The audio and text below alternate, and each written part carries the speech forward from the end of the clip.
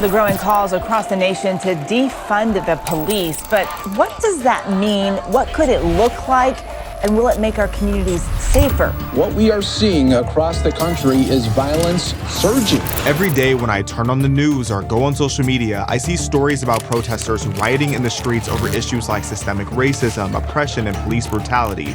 But at the same time, stories about gang violence affecting Black and minority communities across America receive little to no media attention. As I began digging into what's happening in these cities, a tragic and shocking pattern emerged about who the real victims often are: children. We've learned a 12-year-old boy has been shot and killed. A 12-year-old was shot and killed on the south side. Police saying a 13-year-old in critical condition. As I uncovered more and more stories of young children being indiscriminately murdered, I wanted to find out why these tragedies are so underreported and speak with people who were fighting back. We have really politicized the criminal justice system in general. We've tried to make it an issue of social justice rather than an issue of implementation and enforcement of the law. Over 600 innocent young children have been murdered in the inner cities of our country since 2020. It's not unique to New York or Chicago or LA. You're seeing it on a national level. Almost every time that there is something that catches the news, that produces some kind of policy that's often in the direction that's more favorable to the criminal element and less favorable to the victims and the law enforcement officers charged with keeping cities safe. It's just senseless. I think people come numb to it because it happens. Everywhere you go, it's the same thing. Murderers and just getting off. Jail is packed, so they letting people out. When my son was murdered, I thought there would be outrage and that justice was going to be swift, but I realized, like, there's no outrage. I'm going to have to be that outrage. I'm going to have to be the voice for my baby because no one here knows. No one even knows that a 4-year-old was murdered because there's a lot of people murdered. Like, get in line. It's almost the tone of it here. Through that, I realized a lot of children have been murdered, and I had no idea.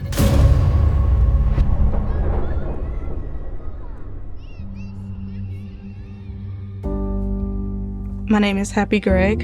I'm the mother of Michael Moultrie Jr. We call him MJ, and I wanted to take the time to tell the story about what happened to my son and the other children in the city of Chicago that have been murdered here. These are the last images that I took of my son. This is MJ on his way to Chicago that day to come visit his father. And within 24 hours, this is what he looked like. Michael Moultrie Jr., or MJ for short, was only 4 years old when his life was taken. He was just one of 8 children killed across Chicago that same weekend. More than 2,000 people have been shot this year in the Windy City. Some say that it was a war between the blocks in this neighborhood, that it had been some retaliation shootings going on a month before me and my son arrived here. MJ was sitting here as he was getting his hair done, and his father was sitting there. And then you can still see some of the bullet holes, like right there, and then still up there too. Wow. Were they ever able to catch who did this? No. And there's not a single suspect in custody for it. Through talking to people, knocking on doors, we got some really good intel from some people, in the streets, in the neighborhood. We were able to identify who these suspects were. The information checked out, everything lined up perfectly as to say, like, these are the people who did the shooting. However, the state's attorney's office gives the police department a list of things that they have to check off before they can bring charges and arrest someone. So from the police's standpoint, although the information was good information, they have the circumstantial evidence, but the people who gave me the information, they're just not willing to go into open court to identify these kids. So because of that, they get to be as free as a bird while my son still has no justice.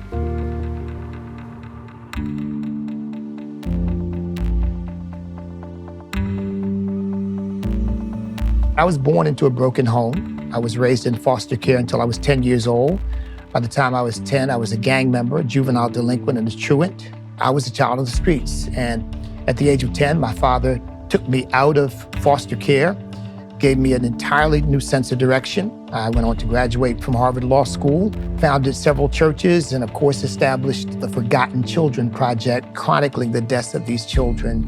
I realized when the whole movement began to dismantle the police and defund the police, that it was going to lead to some problems in the community that is most beset by crime, which is the inner city, the Black community. I didn't know that it was going to affect children the way it has. And we've had an average of about 10 children dying every month from street violence. You talked to Happy Gregg. She said to me something I will never forget. And she would ask the police, well, when you catch one of these guys who's killed a 5-year-old, 6-year-old child, and you tell them that that was the result, what's the reaction? They say, collateral damage. You know, people should feel something. When you take the life of the innocent, you should feel something. I was like, you know, maybe if I appeal to the murderers, let them know, like, I know you didn't mean to shoot my son. He was 4. Like, I know he wasn't the target, but you should come forward. And they don't care. I knew then that although it was unfair, that I was gonna have to fight a different type of battle here. The root of the problem is the same problem I had. If you've got young people growing up in dysfunctional homes, what do these kids look to for vision of what their lives can be? For example, as soon as a young boy is old enough and he starts listening to his friends, they become his primary source of influence. And if they're out there telling him being a man means you need to get a gun, and if somebody disrespects you, you need to go shoot that person, and you need to join us, we're dealing drugs. And this is what it really means to take care of yourself. He gets this skewed vision of life, but it becomes normal for him. What do you think the incentive is for these young teenagers, even at times, joining gangs? Like, what is so appealing about it when they see how much pain it's causing in the city? When you're receiving $10,000 at 18 years old for a murder, I mean, that's a lot more incentivizing than going down to the factory or going down to your local McDonald's and earning a paycheck. I mean, it's more fruitful. It's more incentivizing to make that easy money versus going and clocking in for work. What can't be denied are the impacts of bad policy. On top of the defund the police initiatives, DAs in cities like Chicago, Philadelphia, and Los Angeles have incentivized crime by reducing penalties, jail time, and cash bail, eliminating 3 strikes, and refusing to even prosecute certain offenses. To learn more about this, I sat with Rafael Mangual, who has been researching criminal justice reform, progressive DAs, and depolicing for over a decade. The election of progressive prosecutors across the country is a really rapidly growing phenomenon. I mean, 10, 15 years ago, the word progressive prosecutor wouldn't have meant anything to anyone. And now, something like 70 million Americans live in jurisdictions with progressive prosecutors. So what makes a progressive prosecutor? Well, these are people who have whole lists of crimes that they will refuse to prosecute. They restrict what their line prosecutors can do in the way of requesting pretrial detention, in the way of using sentencing enhancements. They cap sentences, right? I mean, Alvin Bragg in New York City says that you have to get his permission to sentence someone to more than 20 years. You know, the list goes on and on and on, but almost every reform that has been enacted over the last decade, and there have been a lot of them, have been in one direction. And that direction is making crime less costly to commit and making the law more costly to enforce. How do you think that these soft on crime policies are affecting the general population in layman's terms? You know, they're sending an important message, which is that we don't believe that enforcement is the right way to approach crime. In order for justice to be reintroduced into the system, it has to be more lenient. Part of the progressive ideology requires you to subscribe to the belief that crime is not the fault of the perpetrator. We begin with staggering numbers after an incredibly violent holiday weekend in Chicago. Dave, police are still looking for leads after 7-year-old Natalie Wallace was shot in the forehead. On the 4th of July of 2020, Nathan Wallace was returning from the grocery store when his life changed forever. His 7-year-old daughter, Natalie, had been playing with her siblings outside of her grandmother's house when gang members sprayed the streets with bullets. Natalie was struck in the head and rushed to the hospital, where she was later pronounced dead. She was playing by the tree. So, you know, she liked to sing, like the Frozen song, Seeing, watch the movie and sung it so many times, I think I know the words. It's just the innocence in her, I guess, The last thing I can remember now that kind of haunts me a little bit is one time she asked to see a movie before the incident that happened. And I was so tired from work, and I'm like, baby, we got time, and we didn't have time. It hurts me that my youngest daughter is no longer here, that is 7 years old. That I would not be able to talk to her, hold her, tell her anything, her bedtime stories, anything. Y'all robbed me of that. It's the third consecutive weekend in Chicago where children have been shot and killed. It gotta stop! It gotta stop! What the hell are we thinking? If Black lives don't matter to us, how in the hell is it supposed to matter to anybody else? At the time of Natalie's death, I was a Black Lives Matter activist. Say his name! Say his name! I was initially drawn to BLM because the media convinced me that thousands of Black people were being shot and killed by racist white police officers. But it didn't make sense to me why Black rioters would loot and destroy their own communities in the name of racial justice. Whenever I'd raise a question about if all cops were actually racist or where all the BLM money was going, I was called a traitor and told to stay in line. When I stopped supporting Black Lives Matter, I was asked if I no longer supported Black lives. The reality is every murder is a terrible tragedy, regardless of the skin color of the perpetrator. That meant caring as much about children being caught in the crossfire of gang violence. It also meant listening more carefully to BLM's leaders when they told the world who they really are. We are super versed on ideological theories. We are trained Marxists. Well, Marxism is collectivism, and collectivism is a construct that says society is inherently unjust and people should not be punished for crime because they're criminals only because of the injustice of society. So I could never support the organization because Marxism, in my view, is antithetical to freedom. And freedom, in my view, is what has allowed Americans of every background to thrive. Selectively reporting crimes that fit a racial narrative, letting organizations like BLM exploit the deaths of Black people, and defunding the police are not solutions. In fact, they're making the problem worse. Statistically speaking, in America, do we have a police brutality problem? Is policing perfect? Of course not. There isn't a profession in the world that is completely free of abuse and malice and neglect and mistakes, right? The question is whatever police violence problem exists, is it on the level that the left says it is? And I think the answer to that is an unequivocal no. But the public doesn't know that, right? If you're just a casual observer of the public debate, you think that unarmed Black men are being killed in droves by angry white trigger-happy cops, and that's just not true. If you look at the data, what it shows you is that police use deadly force in about 0.03% of all of the arrests that they make, and they make about 10 million arrests a year. By and large, policing is very restrained, it's very professional. Again, does that mean it's perfect? Of course not, but that's not what anyone's arguing. What I think our biggest problem is that the BLM movement, the left, they have been very, very effective in getting people to accept the idea that we should compare policing to some utopia that doesn't exist. I think that needs to make its way into the conversation more so that it can be more grounded in reality. But right now, activism is what sells. Activism is what drives the narrative. And, that's not really rooted in anything. It's rooted in emotion. It's rooted in rhetoric. But the data tell a very, very different story. The sad reality is 52% of the murders that happen in America are committed by young Black men. And they're killing mainly each other. 72% of Black children are born out of wedlock.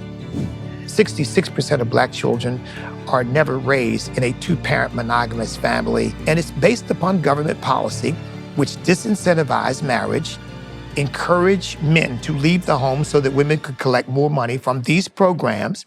And it just set up a slippery slope that has ended up in all kinds of problems. And we're seeing, if you don't address it, it ultimately spills out. And it affects everything and everybody. And we've got to see it as a problem that is really common to us all as Americans and as human beings, that we want people to be able to live in safety. Yes, there is a crime problem with this progressive prosecutor movement, but saying that does not mean that policing is broken, that it needs to be overhauled or reimagined or whatever the word of the day is. We have to look at the people who are stuck in these places where crime is a real problem. And if you ask them what they don't want less policing. They don't want less harsh punishments for people who really break the law. Do they want fairer policing? Of course. But we have to have a more nuanced, more balanced, and calmer conversation that allows us to get to a point where we don't make policy as kind of a knee-jerk reaction to a viral incident, because no one's helped by that. So for the people who can't move out, they're just stuck for whatever reason, is there any advice that you can give them just to, again, protect their family from crime? Make their voices heard. Talk to your elected officials. Get involved in some of these races. Get out and vote. Understand that the system's going to keep going unless you stop it. They've got to start hearing from the people, because here again, the people most victimized by this tend to be the Black folks, inner city people, poor people living in these communities. We've got to rebuild families if we're going to see the next generation have a better life than they're having right now. It starts at home. Because if you was being raised right, you ain't gonna be out there doing, nonsense. You have two options, like when you have to bury your child, you either wither away into nothing, you just let the grief overwhelm you, or you fight. So I chose advocacy. I just chose to fight, and through that is the nonprofit work that I do. I connected with a lot of families who had lost their children just over the decades. We got a law passed in MJ's name to help with their funeral and burial expenses. And then we also just help them get awareness, because we know it's not easy to get awareness, because if you don't advocate for your child, they will just be lost in the shuffle of, unfortunately, the other murdered children. So we just help them get their story out the way that we've been able to do with MJ. If there was anything that you could tell MJ right now, what would you tell him? I will tell him that I'm sorry.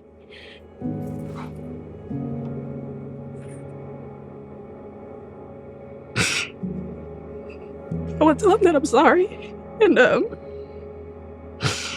I wish I was there to protect him, to hold him, to shield him, to comfort him, and the pain he must have felt, and how scared he must have been. I was just telling him I'm sorry for what happened to him. What kind of country are we living in where children are murdered in our major cities almost every day? This has to stop. So what can we do? We can demand more of our local politicians, especially our district attorneys. They must focus their full attention on putting criminals behind bars, not letting them back on the street. We also need to demand more of ourselves. No more celebrating the cultural rot. It degrades our society and leads us nowhere. It is literally a dead end. Mainstream media cynically highlights stories that promote their agenda. They've made household names of George Floyd, Trayvon Martin, and Michael Brown. So it's on us to highlight truly innocent victims like MJ, Natalie, and thousands of others like them, because their lives mattered.